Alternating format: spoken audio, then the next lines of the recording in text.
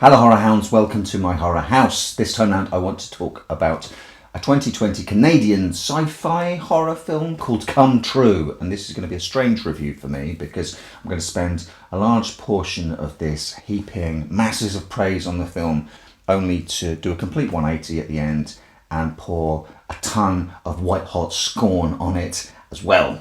It's written by Anthony Scott Burns, it's directed by Anthony Scott Burns, edited by him, cinematography's by him, he contributes to the music of it. This is Anthony Scott Burns' baby. And in a nutshell, we follow Sarah, a young girl who is estranged from her mother, essentially homeless and suffering from night terrors. We meet her right at the start of the movie, waking up in the morning in a deserted playground. She sees an advert for a sleep study. So essentially she will have somewhere safe to sleep at night, somewhere safe to dream at night, and they will also pay her to sleep in a warm bed under a roof. So everything seems absolutely perfect with that setup. Questions start to get raised about the purpose of the sleep study, and she comes to deeply distrust what's happening. And also, while she's there and engaging in the study, her nightmares appear to get worse. I won't give away any more of the plot.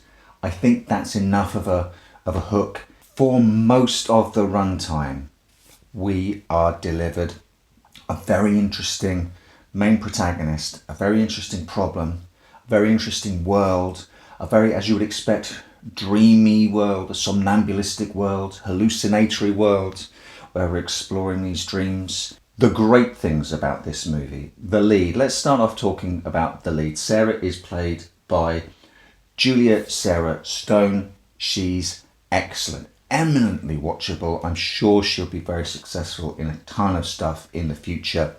She's a very elfin sort of character in this. At times she seems to have a core of steel at her, at other times very vulnerable. She's a very engaging main protagonist.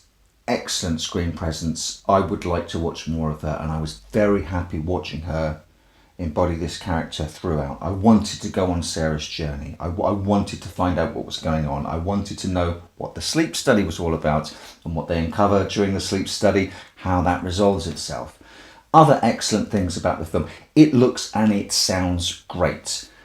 Anthony Scott Burns has clearly got a real aesthetic. This film sits most closely, it's siblings or close cousins with something like It Follows, which also shares a sort of synthwave 80s, early 90s aesthetic, but both films are also slightly unstuck in time. This could be potentially set in the past, apart from some devices that suggest it's set in the present or perhaps the future. An awful lot of the reviews of Come True also talk about other films that it reminds the reviewers of, which is absolutely fine.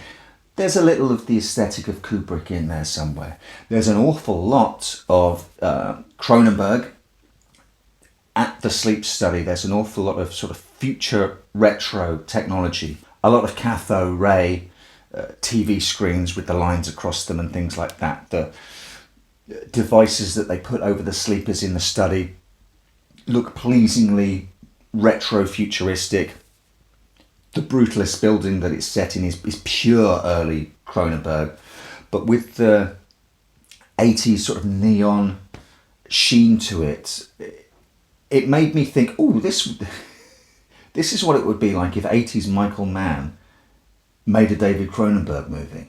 As we dig deeper and deeper into the dreamscape, there is a figure there, a shadow figure that we seem to be moving towards, figuratively and literally, that then starts to invade the waking world as well.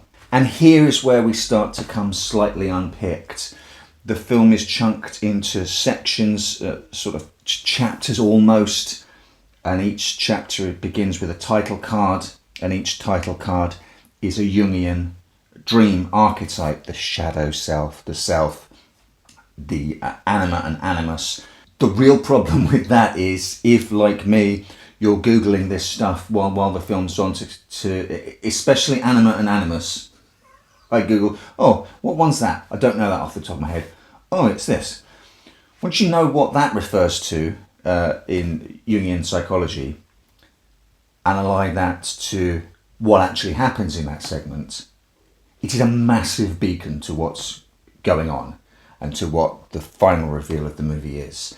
So I understand his urge to put those title cards in. I'm guilty of similar things in my writing. You kind of want to show your hand a little bit. Look, this is the structure of the story I'm basing it around on, but it tips his hand too much, I feel. Everything unravels insanely badly.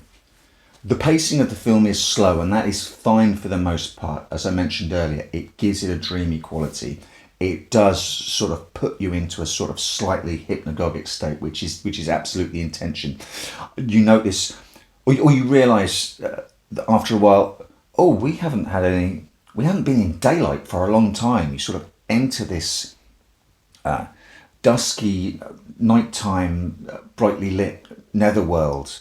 It's absolutely appropriate for a character who has trouble getting to sleep, and when she gets to sleep has trouble in her sleep, to be in this bleary, sleep-deprived state. And then we seem to be building towards some sort of revelation about this shadow figure, this figure that people report experiencing in real life during night terrors, when you're asleep but awake at the same time and paralysed and feel this presence next to you. And we seem to be building towards some kind of reveal of that. And then the movie just ignores that and moves to something else. And then we slowly there's a sleepwalking sequence that goes on for an interminably long amount of time that seems to be building towards the conclusion of the film. And I was cheering it on. There was a moment where I thought, oh my God, we might actually get an ending that is as sort of devastatingly bleak as Lucio Fulci's The Beyond. I think it's one of the greatest movie endings of all time, and we were building towards it, and I was sort of mentally cheering the film on. Come on, stick the landing. And then that descends into a runny, screamy little fest, and then we screech again to another change of gears, and we're brought up sharply, and that's not the ending. We're going to be building towards this ending, and then something happens that actually made me say out loud, what the fuck? And then about a minute later the film ends, and it made me say out loud again, oh, is that it? It's so soul-crushingly disappointing. A film that I was with for almost the entire runtime, just coming to absolute pieces in front of my eyes, devastating, on a par with And It Was All a Dream. That kind of car crash of an ending that was clearly, from the filmmaker, intended to be a big shock and then cut to black ending, is just such a damp squib and a slap in the face to everyone who's been on this journey. I mean, there are some questionable character decisions before then.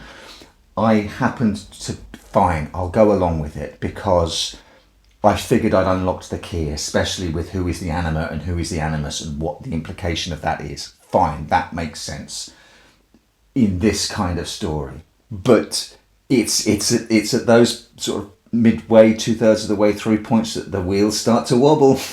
And I really should have seen the signs coming. You hope that the wheels don't come off. It's astonishing that the wheels come off this badly for a film that is this good. I bid you welcome. I welcome you to my house. Welcome to my house. Welcome to my home.